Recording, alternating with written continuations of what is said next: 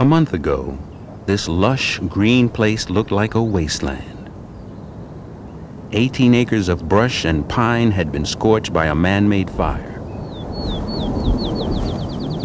The blaze left the ground blackened. The trees that were left standing looked dead. But now, only weeks after burning, new shoots of scrub oak have sprouted from the roots of older plants which died in the flames. Nourished by a rich bed of ashes, the young scrub oak thrives. Fire's heat can cause pitch pine cones to open, spilling seeds in the fertile new soil. The tree's tough bark withstands heat and then sends out the beginning of a new branch. What seemed like a devastated landscape is reborn. For thousands of years before Europeans settled here, a huge area of sandy soil called a barrens supported scrub oak and pitch pine in what is now Albany, New York. Today, about 2,000 acres remain, protected from development in the Albany Pine Bush Preserve. This area here is a perfect pine bush. We have the low shrubs, which are the scrub oak, which are kind of dense, but we have openings with grasses, and then we have very few scattered pitch pines. You can see those behind me, and that's what we want. A few scattered pitch pines, moderately dense, shrubby plants like the scrub oaks, and a dense grassy layer.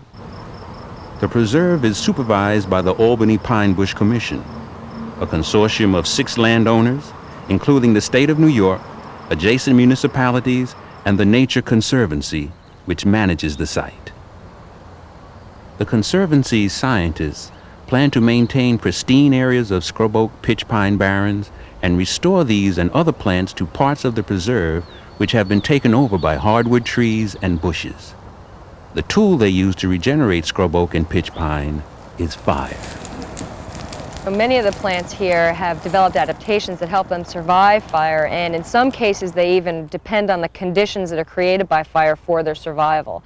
For example, there's the wild blue lupin, which is a perennial wildflower, and the lupin needs open spaces in order to survive, and fire maintains those open spaces so that other woody vegetation and other plants don't come in and encroach on the lupin and shade it out. It doesn't compete well for light.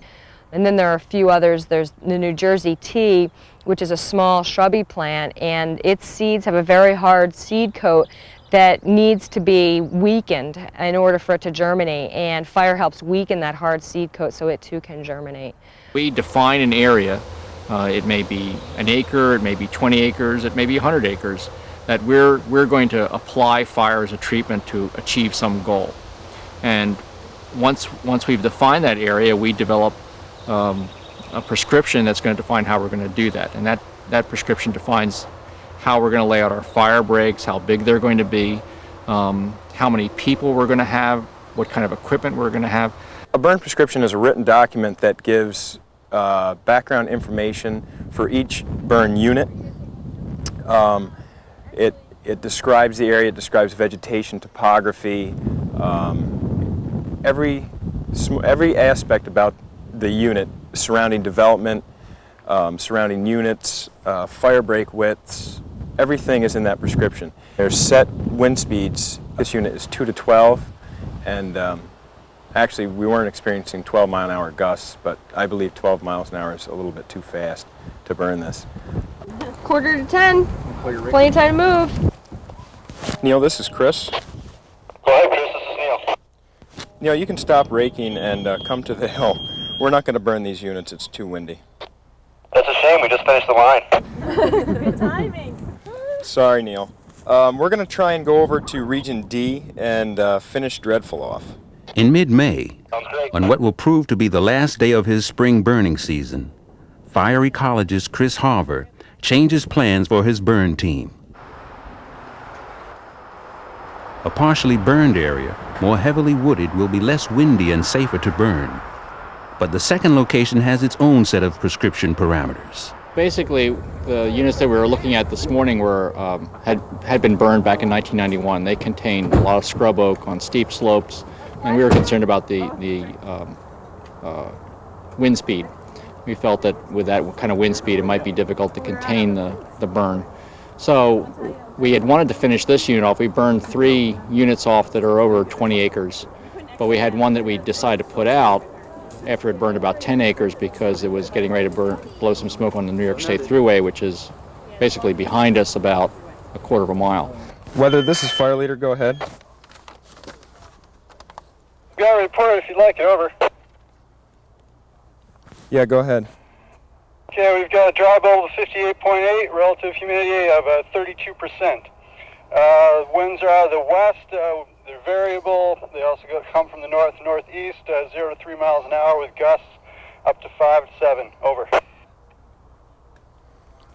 Now they're predominantly out of the west? Yes. It's one of those days. We may not burn this either.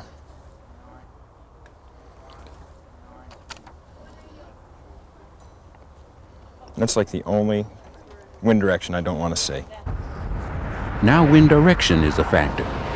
Westerly wind will blow smoke from the burn unit across the New York State Thruway and could present a risk to traffic. The objectives for this burn is to expose mineral soil for a seed bed for native pine barren species, to restore this area to pitch pine scrub oak barrens habitat or community. If we can, to open up some of the canopy by torching out a few pitch pines, and to top kill the invasive hardwoods, which are aspen and cherry, and some of the shrubs, the corylus shrubs. My main concern is smoke across that thruway. We're going to light a test fire here. I want to see what the smoke's going to do.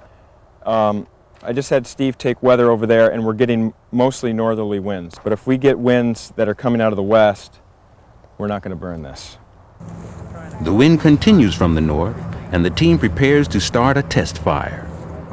Well, if we start it here, we can bring this along, and then bump The crew leaders review assignments. That would be good. So just bump Paul up and send him in. Stephanie Gabauer's holding crew is responsible for keeping the fire within the burn unit. Okay, so Shane has a backpack pump on, and Mike has a hand tool, and Dick Patrick has a hand tool. I want us working along this side here. And now, Shane, you're the only mobile backpack pump person. So Chris was saying that when we burned this little section before, that we have gotten spots over, and it's just a little smoldering. So we need to keep a close eye on this for smolders. Following the burn prescription carefully, the team ignites small strips of leaf and twig litter at the edge of the burn unit. The holding crew patrols the line, making sure the fire stays contained. Using fire as a land management tool requires great care. Safety is a special concern in the Albany pine bush because the preserve is surrounded by development. When the Conservancy saw the need for prescribed burning in the pine bush, its fire ecologists approached the Albany Fire Department. The Nature Conservancy came to us and brought forth the idea of having a controlled burn program. We looked at it. We had some concerns of somebody starting a fire in a semi-wilderness area close to residential property. We discussed it with the Nature Conservancy. We discussed it with our legal department in the city, and many city departments worked together, and we decided that we would attempt to back the program or go along with the program of the controlled burn. A lot of people live near the pine bush. There are 2 nursing homes and hundreds of residents with property that adjoins the preserve. Good communication has helped residents like Mike Turley understand why and how prescribed burns are done. Pine Bush Commission sent around a pamphlet, and they explained the need for the burns and how the local ecology is being overgrown with non-native plants, etc. And the explanation was pretty reasonable in what they said they wanted to do. It seemed like something that was reasonable if they could do it in a controlled condition. But you could see how controlled it was, because there's a path, and on one side of the path you could see the black, you could see where the burn was. On the other side of the path, it's all overgrown. Linda Bush and Lois Smith Owens are apartment dwellers whose backyard is the Albany pine bush. I come from a rural area, and we used to burn frequently just to clear land, and it was very controlled, and the fire department would come and all that sort of thing. So I didn't have any concerns about it. The best part about it was 2 weeks later, as soon as 2 weeks later, and maybe even before that. Might have been a few days. Yeah. I mean, the growth, the rebirth within the woods was absolutely beautiful. The tenderest green shoots, the palest kinds of translucent greens, dusted with little pieces of lacy grays and whatnot. It was absolutely a fairyland. The entire floor of the woods where it had been burned was a fairyland. It was gorgeous. There's another benefit to prescribed burning that's easy to overlook. Historically, wildfires have burned large areas of the Albany pine bush every 10 years or so. Regular controlled burning reduces the risk of wildfire by eliminating its fuel, the accumulated leaves and brush that are the first things to ignite a forest fire.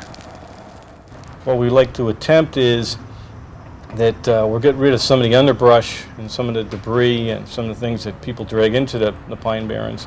And we'll get rid of that. That will prevent, hopefully, our major fire of once in every 10 years. Basically, over the last 3 years, we've been present at each burn. This year, really, we've been informed of the burns. Whenever possible, I'll go out and watch or observe, but I haven't been at every burn. I feel that the tactics and their procedures and the people involved are professional, and I'm very much in favor of their actions. It's one thing to control a fire. Smoke is another thing entirely, and the westerly winds are now moving it toward the New York State Thruway. This is Smoke 1. Go ahead, Smoke. Sir, you create a visibility problem right now on the Thruway. Holding an ignition, let's hold up here. Ignition copy. Leader Smoke 1. Go ahead, Smoke. The smoke is drifting more east and southeast. Is visibility impaired? That's affirmative at this point.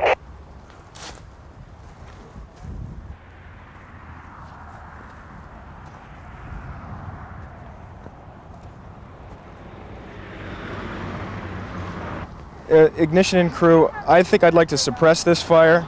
Charlie, this is Ignition. I can send Mike, Carroll, and Shelley in to work from this line. That sounds good. Holding, can you coordinate your crew to put this out, please? Could you grab a council rake and come on up here by me, and I'll have you follow behind Mike, and we'll do the one-lick method, and we'll construct a hand line in here. Well, the winds were kind of variable, so periodically we'd get gusts of wind that would blow smoke across the highway, and enough that it impaired visibility.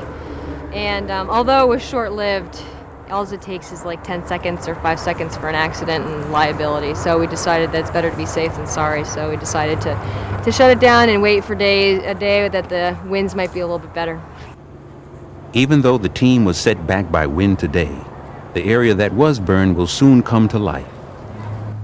Fire-dependent seeds will take root in the ashes and exposed mineral soil, although some will be devoured by the birds and mammals that return as soon as the fire is out. Within weeks, native plants will begin their comeback. The food supply for the animals that live here will increase, and the ancient cycle of fire and life in the Albany pine bush will continue.